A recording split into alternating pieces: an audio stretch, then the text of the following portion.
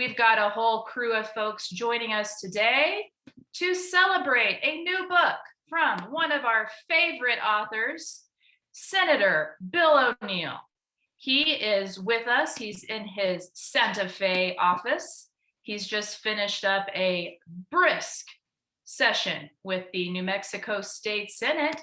We were just chatting before our introduction here about how much was accomplished. It was quite a productive session. I want to thank Senator O'Neill and all the other senators joining us here today for your good work. Way to go. We're very pleased with the progress. Maybe we can talk a little bit more about what was accomplished during this legislative session. I'm sure it will come up.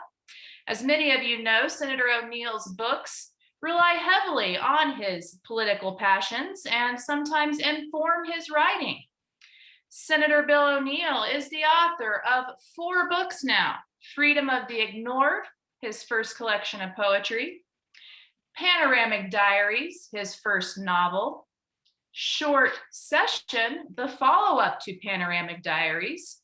All 3 of those books are from Red Mountain Press, an excellent small publisher based out of Santa Fe.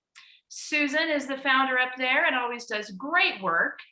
This new book, The Definition of Empty, is published in the University of New Mexico Press's Mary Burritt Christensen series, a wonderful series endowed by the late Mary Burritt Christensen. UNM Press also does fantastic books too. So we're super pleased to be celebrating a local author, a local publisher from our local bookstore, 36-year-old Bookworks.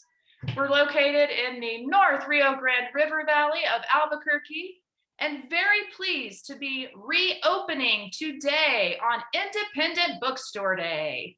As many of you probably know, this is a national holiday that supports and celebrates local bookstores. So please do be sure to patronize our shop or your favorite local bookstore, whatever it may be, today and as often as possible. Your sales, our sales from you buying books, help us keep going. As I mentioned, we are 36 years old this year, and we have been able to get by on your support from our website during the COVID-19 pandemic. Today is our first day reopening. We're allowing 12 people in the shop at a time, wearing masks, of course, until Bernalillo County gets out of that gold designation up into a turquoise designation. Probably wearing masks for a while, folks. We have reconfigured our store so that there's plenty of room for everyone to shop and observe social distancing.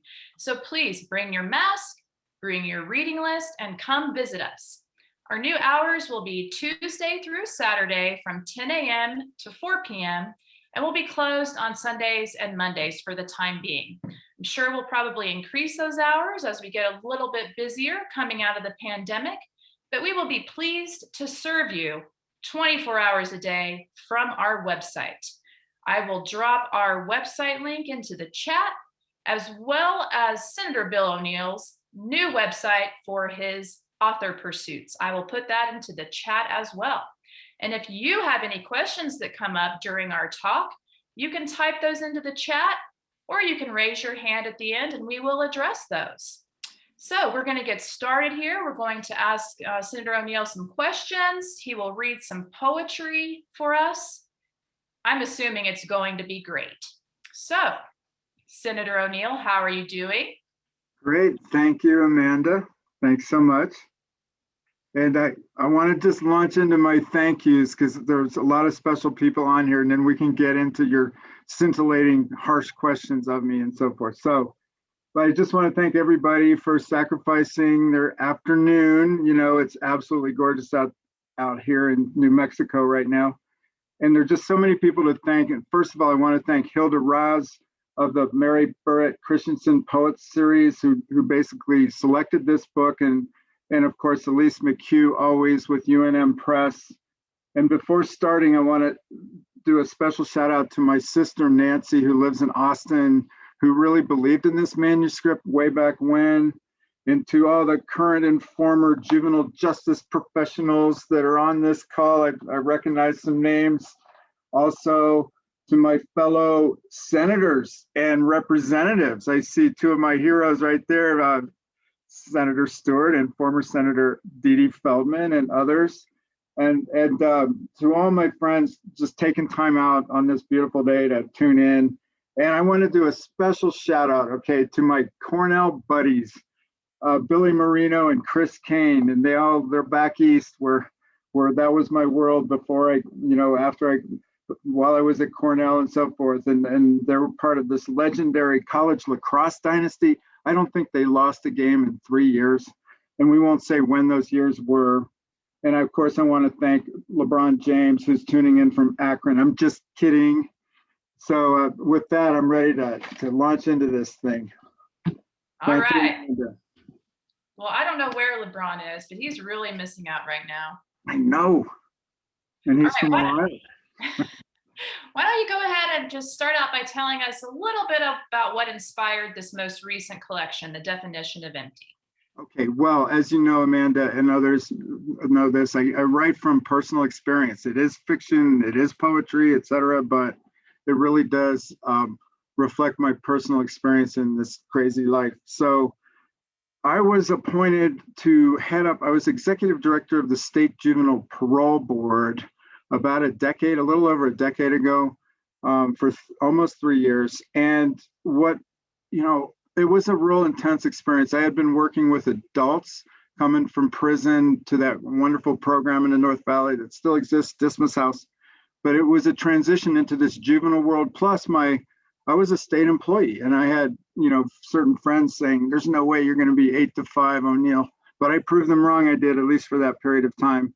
But it was an amazing experience and a very intense experience. So I used to go in literally on the weekends, some weekends, and write just to process the whole thing. So a lot of these poems are a tribute and reflect upon my experience with these juveniles, these incarcerated juveniles in our state. And so that's that's the focus of a lot of the poems I'll be reading today. All right. Now, is the narrator of the book you, or are these told in different voices? What are the points of view that you're working with? It's pretty much, I was thinking about that, and it's pretty much, it's very similar to the voice in my 2 novels, Chapman Murphy. I mean, I write personally, so there's a real link between those 2 voices in the novels and in these poems. So yeah, it's a strong I voice. All right. Do you want to go ahead and read us a few poems? Get us started? Well, if you insist, I will do that for sure. I do. I insist. Okay. Well, having framed that a lot of these poems are about juveniles, they're kind of composite renditions of these individuals. So this one is called Kirsten. All right. So Kirsten, wind through her teen curls, as if calling me sir could transform her world. Where a question is asked and silence ensues, she will do anything for her freedom, which means that she will keep calling me, who represents the state in this matter. My hands are tied, I tell her, but let's see if we can be creative. And Kirsten, at least you're calling instead of just running. And what is it that you're running to? Remnants of a broken camp, the canvas tent all packed up, or your home, where your enthusiasm is met by the reluctant muting of a remote? The sweet amnesia of the present tense, the sugar of what can be blocked out or forgotten. I try to be reassuring in my next daily call. Hi there. This is your new friend, the guy from the Juvenile Authority. As we go over who she is versus her desire to be gone from the semi-locked facility. As with all of these children, our barter is in the trading of months and weeks. Make it September 21st, and I'll let you final on October 20th. Deal? Just make it through that program. Appointed by the governor, I am now allowed to exchange time for good deeds. Of course, Kirsten is Casper in several different gangs, the little white girl at the mercy of her passion for flight. She is a runner. It is what she knows, and she can assess the opportunity in an instant. When the urge comes over her, it becomes her being, and it is to the highway she goes, where Joey, her boyfriend, will always pick her up. So just like that, she's off again, flying to the promise of the next moment, forgetful in the sweet wind, her dangerous thumb extended on the mid-morning highway, remembering what she never had. So that's my tribute to Kirsten. And then another poem, this time a young man. This is entitled Joey. Little boy with brand new sneakers, pressed baggy pants, and always less juvenile than we imagine. Bespectacled and earnest about his future. This kid who 5 programs have rejected. But the stepfather surfaces like a good memory, willing to take him in to his own quarters next to the Ruidoso stables. Joey's dazed biological mother sits at the long table in all of her apology. The stepfather's current girlfriend is there too, uncertain about all of this, but masking it well. Her gray hair is parted in the middle as they did in the 60s. Joey wants us to read from his notebook. Rap lyrics, poems, penciled drawings. I take ownership of the poems more, sir, he says, because they are from my heart. He cannot resist reading one of them about his mother, sitting there in the room, who then tears up about the past and all of its absence and degradation. Hector, the stepfather, intercedes. We're going to make a cowboy out of this young man. Today we love rural truth, or that pocket of red so insistent. I've changed, miss, Joey adds. I'm no longer so gangsterous. Everything then becomes Sunday morning mass. As smiling we grant him his freedom, his tennis shoes giving way to cowboy boots, off into the uncertain noon he will now go, hoping for a break with his sketch drawings of Jesus as his new family heads off into the spectacular present that will not necessarily explode into itself before they hit Lovington. So that's my Joey poem. Oh, thank you.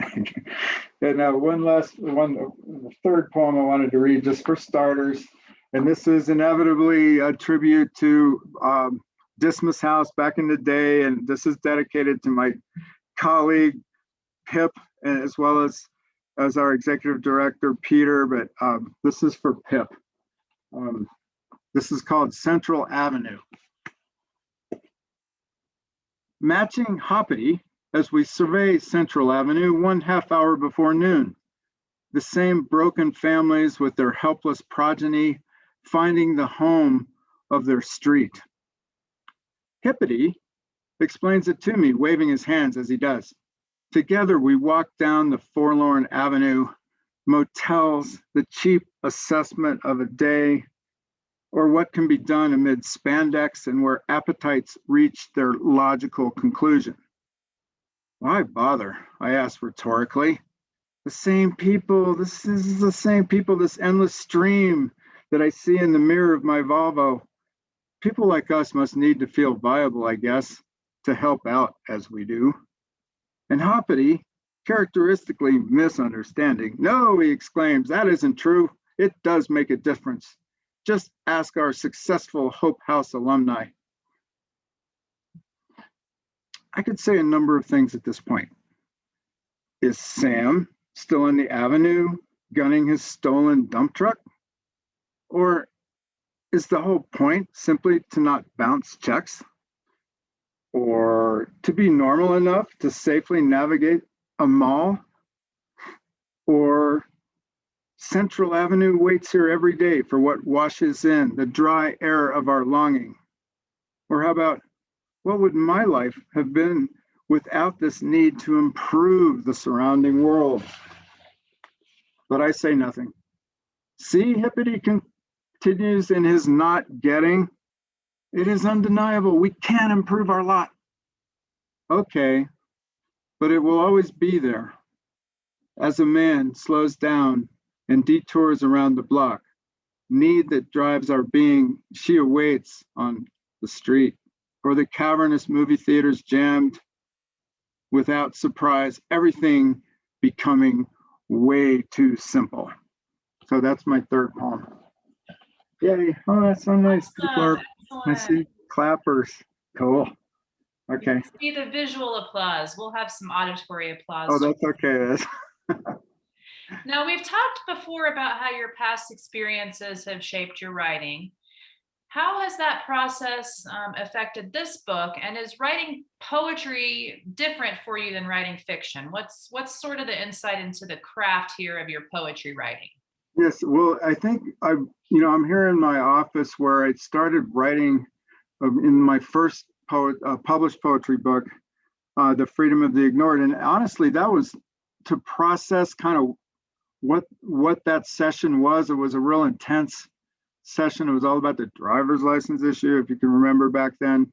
And but I'm always in this equation or dynamic, my introverted side versus my extroverted side. So certainly after a lot of dealing with legislation, constituents, I mean, it's, a legislative session is an exercise. It's a consuming exercise. So it's a way of reclaiming myself in that way. I think just as an example, just the reason what draws me to writing, I think it's always to make sense of not only my own issues, but the world around me. So it does have a certain therapeutic part to it, but happily it's not just therapy, it exists outside of that. I'm working with a poetic form or a novel form. Honestly, poetry for me is more welcoming. It's less, it's not that it's easier, but it's like writing a novel is really hard. You have to keep track of the plot, like who's doing what, like who is this person, did I write this, et cetera, et cetera. Whereas a poem is more of a moment in time, and it's it's easier to go back in and like redo a line or two or an entire poem. So if that answers your question. So I guess I'm looking forward to getting back to poetry after all these 4 books, just to get going again. That makes sense. It's not the first time I've heard an author say that writing is a type of catharsis. Yes. As far as your audience goes, do you imagine your audience while you're writing? And if so, what does that audience look like to you? Well, I try not to, because it's a total buzz killer, like death, if you're thinking about approval, because I'll write about real people, and it's better to ask for forgiveness than permission. Happily, people so far, knock on wood, I think folks understand that, well, a lot of people are flattered by the attention if they recognize themselves in a story or a poem. So I don't really think of that. Honestly, I just try to be true to the craft, whether it's the poetic form or the novel form at that time. Interesting. Okay, do you want to read us a couple more poems from the book? Sure. So this is to kind of fill it out. These are more personal poems. So this is for Joan, who continues her heroic battle against multiple sclerosis, and it's called 12 Hours in the Car. "Let's light fires," she exclaims, my co-pilot there in her front seat agony with the multiple lesions in her brain. We are coasting down the interstate, high above the Salt Valley in Wyoming. "She's like Miss Paris, 1985, she adds from out of nowhere, our dog panting in the back seat. Below, we can see the triumphant freight trains that I once glided upon. Now we're at the outskirts of the Wyoming State Fair. Blue sky, the occasional hawk, silence. But we wouldn't wear the moccasins," she continues, as we concoct our resurrected future together, A hilltop stone house, one story, carpet everywhere, and a bathroom of soft rubber. Maybe then I could maintain that the canyon never did make me crazy. This time I wouldn't have to invent reasons to visit town, variations of my thirst. And from our imaginary living room, we could see the 1920s. Down below, the massive town pool with its swirling currents and bighorn rock construction, Buffalo, Wyoming. All this we could do if we imagine it, as long as the other dark presence cooperates, that illness. No longer doomed, something else now, transformed in her freckled smile, the first one for miles. So that's my poem about a trip up north. So Thank you so much for sharing that with us. As many of you probably know, this is dedicated to Joan Bird, also a poet herself. We have her book, Bell's Ragged Army, from Red Mountain Press, also on our website. Thank you for sharing that. Thanks, Amanda. Okay, this poem is called Kimberly, back to the juveniles. All right. I don't want to see the disappointment in their faces anymore, she says. Her eyebrows stitched together. Her nose is a sharp point. And then there is this pressure of being high, Kimberly continues, always having to stay high. Her elfin quality should have deterred the husband of her mother's best friend from doing anything, let alone what he did to her. This particular day, she is high before us at the juvenile hearing on 3 different alchemical wonders, administered, of course, by degreed doctor bartenders. Riding the bus all day, across the river and back, Kimberly had time to think about who exactly her father was. And he is in her mind's eye a combination of 3 different men, there on her imaginary stage, informed, of course, by what is absent from her own life.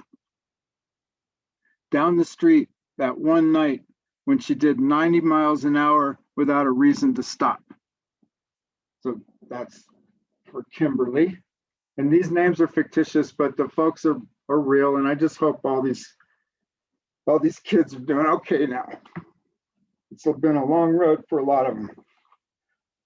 So, okay, this one's a little lighter. All right, this is, the Cowgirl Bar is quite the fixture in Santa Fe. And this goes back to a time where, the legislative session's going on. I'm not the narrator isn't a legislator yet, but he's up there. So Cowgirl Bar. And this is for my 2 friends right now who are driving to the Grand Canyon for a modest 28-mile day hike, and they'll turn around and come back. So this is for Mark and Patrick.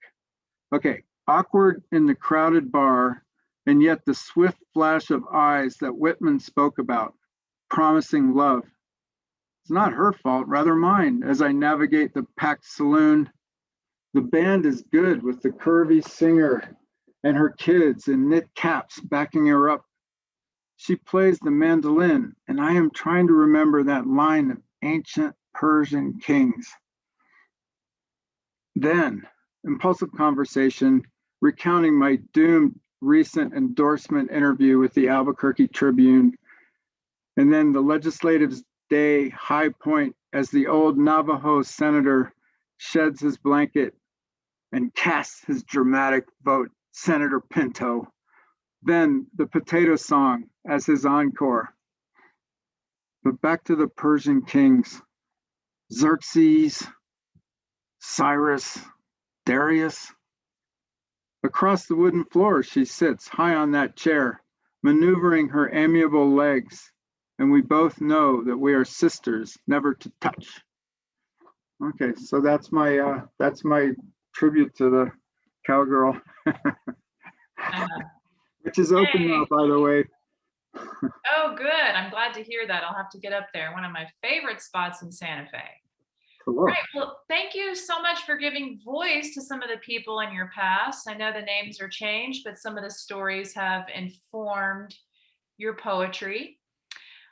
Do you want to talk a little bit? I know this is all very personal for you. And did you want to talk maybe a little bit about some of the things that were accomplished in the session that you are particularly proud of and that you value personally? Yes, I'd love to. And thank you.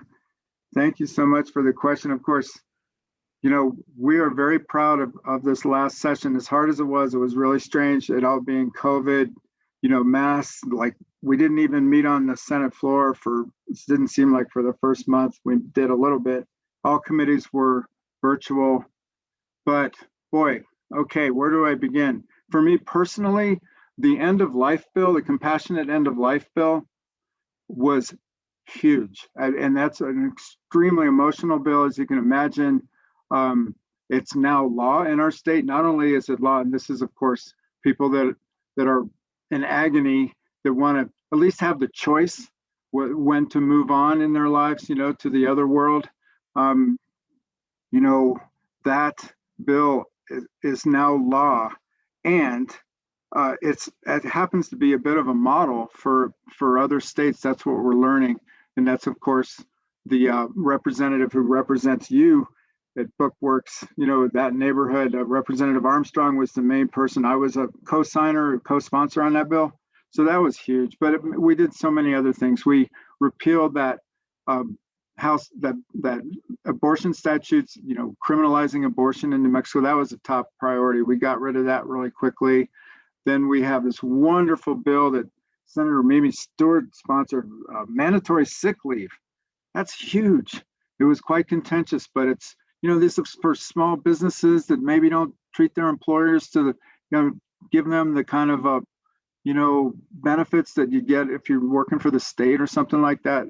And that was huge. And that goes into effect in a year. Of course, we did a lot of civil rights legislation. We did House Bill 4, or we did one biggie, and that's House Bill 4 basically gives an individual recourse if they're abused by the police, or it can be if they're treated unfairly, discriminated against, etc., whether it be a school or police department, and gives that individual recourse to start civil litigation. So it got rid of qualified immunity, which is a biggie. And again, I'm understanding that we're being talked about as another model. It's another model legislation potentially for other states that are looking at it. So, boy, there are other things I can't even. Oh, early childhood. Hello. So you get to vote in November for early childhood if you want to tap that land grant permanent fund, and that's, of course, Javier's good work on that. And by the way, we legalized marijuana. So this is kind of a short list. It really was a special session. So, and I just want to thank everybody for, my colleagues. Just remarkable. We have 7 new Democrats in the Senate, and 4 new Republicans. Like 11 of our 42 are brand new. So I just really like the new version of the Senate, and we'll continue to work on your behalf. We will. Okay. Glad to hear it. I, for one, am loving the way the Senate's looking right now. So keep up the good work. It was actually nice to have it be virtual this time, because I don't know about you guys, but I was able to watch and observe so much more and to know so much more about what was going on, since there was that ability to watch and listen to the proceedings online. I was up till sometimes 1 o'clock at night listening to what you all were doing. So I just want you to know that your work was not in vain. There are people like me that are super interested in what's going on. Well, if I can, we're going to keep that virtual part. Hopefully we'll be back to normal next session, but we can allow folks like you. I love the fact you're actually watching us at 1 a.m. because you kind of wonder when you're on the floor, is like anybody watching this, but you were. Thank you for that. Yes, well, I'm a night owl, and so not very many people are awake at that hour. So I'm always happy for any kind of entertainment I can find late at night. Okay. I love the transparency that that provides as well. You know, it gives citizens a real look into the legislative process, being able to have that option. Well, I will say, we are a citizens legislature, for better for worse. I think a lot of us, it's really time, I think, to move to a professional legislature, but regardless, whatever form we take, we are accessible. And I think when I first went up there back in the day and kind of got the fever to run for office and so forth, I was advocating for Dismas House at the time to try to get state funding for our program. And I was stunned as a relative newcomer to New Mexico, how accessible everybody was. Like the next thing you know, you're talking to the chair of finance or the chair of judiciary, and everybody's on their best behavior. It's quite an interesting world. And if you want to know more about it, you can read my Freedom of the Ignored, which is all about the legislative experience, which is available at your bookstore, right? That's right. I will Okay. mention that now. We have some signed copies of Senator O'Neill's books. I'll Yeah. drop the link back into the chat. Please do shop local, whether it's from Bookworks, Collected Works, Red Planet Books, Organic Books, Treasure House Books. We have a bevy of wonderful bookstores here in New Mexico that need your support, much more than Amazon and Jeff Bezos, who's not even Amazon anymore. All right, folks, so please do type your questions into the chat. I wanted to expound a little bit on some of the civil rights issues, given some of the recent developments. I'm sure many of you were just enthralled with the Derek Chauvin trial, as I was, and pleased with the verdict and the little bit of justice that rendered. Of course, true justice would be George Floyd and all the other people that we've seen abused at the hands of police, those folks still being alive. But if you're like me, you were pleased to see that at least a little bit of justice was shown with the jury's verdict. Now, Senator O'Neill, you talked a little bit about immunity. I'm sorry, I forget the term exactly. Qualified immunity. Qualified immunity. That's one thing we can do, but are there other things that you can think of as far as the citizenry, what we can do to help improve the justice system, the social justice system, the juvenile justice system? What kind of ideas do you have? Oh, totally. Well, of course, I love the fact that you're up at 1 o'clock listening. Just know, I mean, we really take that seriously. If you email me at 1:15 in the morning, I'm watching you, and why aren't you voting? You have my attention. So I think New Mexico is remarkable in that way, and that citizens really can make a difference. Whenever we present a bill, people come up, or they're now on Zoom, and they say, this bill is good, this bill is bad. We listen to that closely.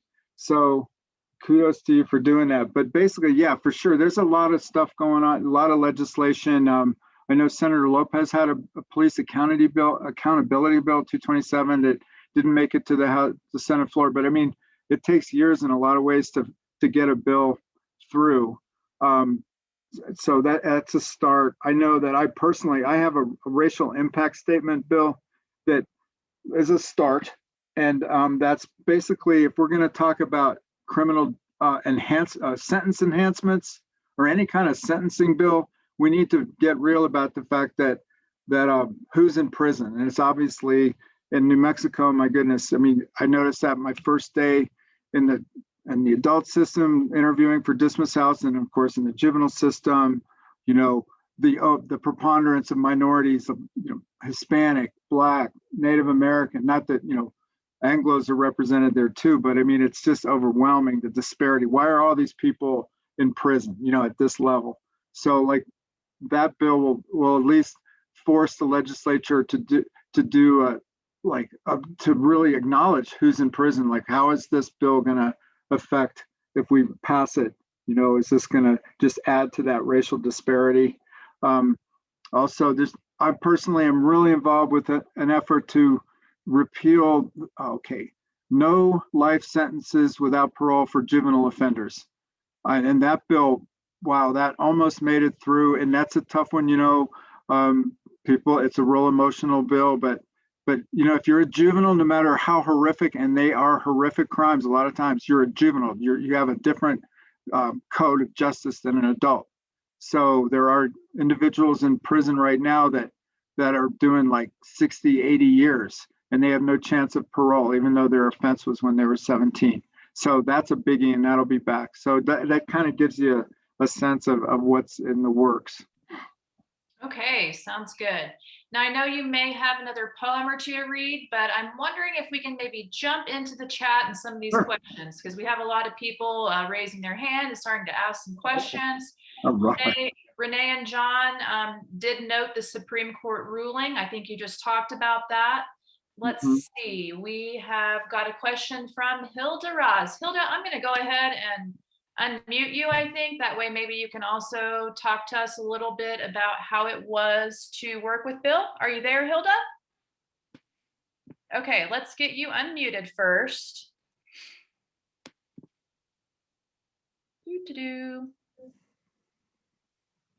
All right. Can you see the unmute? All right, we're working on it. I'll just There you are. Oh, there you are. Okay, the first thing I wanted to say is thanks to Bill. And the second thing I want to say is that the poems are different from the novel. And they do, I think, make a difference.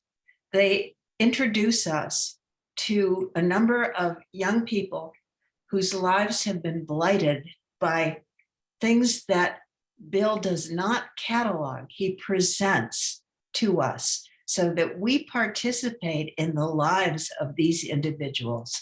And they are so skillfully compressed and presented in these remarkable poems that I can't imagine anybody reading the book and not changing.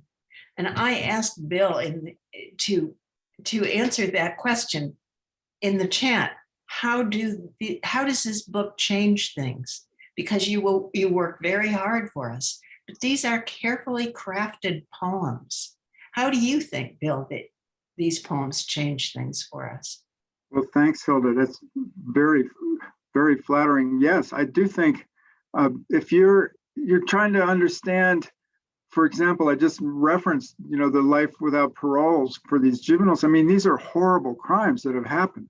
But if you read, I have a poem in here about a certain young man who, in real life, killed like his, 3 family members, not the current case that's in the news a lot. But anyway, if you read that poem, maybe you understand where that behavior came from, i.e., intense sexual abuse, intense emotional abuse, horrible personal circumstance. And so, that would be a way if to kind of like hold off on judging the actual crime, which is a hard one because these are real victims. And my goodness, I worked with victims for so long, and I feel that. But the victims want to be heard. They really want to be heard, and I think that's a biggie if they can be included in the sentencing process and not anyway. But it's just basically, I think, as you say, if what you say is true, you get a real sense of these kids and you enter into their world, then it definitely changes it, and it deepens your understanding of the juvenile offender, the juvenile delinquent that we, are so fixed upon in a lot of ways. So I'd like to hear more poems. I think there are so many different ways to empathically connect with fellow citizens, but art is the primary one. And Bill, who works so hard for us all in ways that are visible, also makes through his art the inside of the experiences that we need to witness. We need to participate in them. And this book is brilliant and superb. Gee, thank you. That's pretty big praise there. Hilda Raz, the longtime editor at Prairie Schooner, a wonderful poet and writer in and of herself, now the head of the Mary Burritt Christensen. She's acquiring for that series through UNM Press. I would not take it lightly that she loves your work. And I think she's right. I mean, the number one step is humanizing people, right? And so often, especially people being accused of a crime get dehumanized. And so I do think that you're right, that art is the first step in doing that. Okay, we've got a question from Nat Dean. Let's hear your question, and then maybe we can close out with some more poems. Are you there, Nat? I am going to ask to unmute you. This is always such a tricky part. I have no idea what the person's saying on the other end. Nat, do you see a question from me saying, please unmute? Are you there? Okay. Nat, all you need to do is unmute and then we can hear your question. We have a lot of things, a lot of comments in the chat from Mimi Stewart. Such cool poems, Bill. You just capture their voice, their beings, and you set it in the right places that we all know about. We've got State Auditor of New Mexico, Brian Callon here. I've been enjoying his copy chats on Facebook. He's got some comments and also very helpfully gives us some links about different rulings. So thank you for that. Let's see here. Yes, a reminder to tell people that we also have copies of Dee Dee Feldman's books. She's got several good books about the legislative process. We have supported those also at Bookworks. All right, we will work on getting Nat unmuted and we can ask his question then. Bill, do you have another poem or two you'd like to share in the interim? Sure, if you insist. And let's see here. Yes, okay. This is, okay, so to the personal again. And, I miss my dad. And so this is a poem about my father, and just leave it at that. A heart-to-heart with Dad. He will always be the secret master of my blood. That's a quote from Stanley Kunitz, who's a well-known poet, and he wrote a lot about father-son stuff. So, a heart-to-heart with Dad. The mountain hike with my 85-year-old father. Where calculated as always, he brings along a pocket knife. His ancient but determined gait. Up the rocky mountainside into the high Idaho air we go. He needs to stop, and I pretend to be winded as well. By now, I am a middle-aged boy too clear on this minuet between us, both of us following and disavowing the familiar script. Our attempt at reconciliation. My years of absence. I am Biff from Death of a Salesman. Might as well be. And even in his disappointment, he has a curiosity, a desire to somehow push into my inaccessible life. So, he begins, do you have any kids anywhere, at least that you know about? No, I reply, pretending not to be stunned at this question. Swiftly, he moves on to the next topic, deftly concealing his literal being from his relentlessly confusing son. The question that he just asked continues to sting more than the sudden change in altitude, though I suppose I can resume this game up to a point, which is the problem always. It might have been different. It would have been different. Minus the gift of Ohio silos and knowledge that came from loitering among the farm boys who also were raising themselves, like me, united in our inevitable discoveries. My father carves our initials into the rusting chairlift pylon, and we share the view from this mountaintop together. Yeah, we made it. We echo each other with honest accomplishment, as neither one of us wants to stare back into those decades anyway.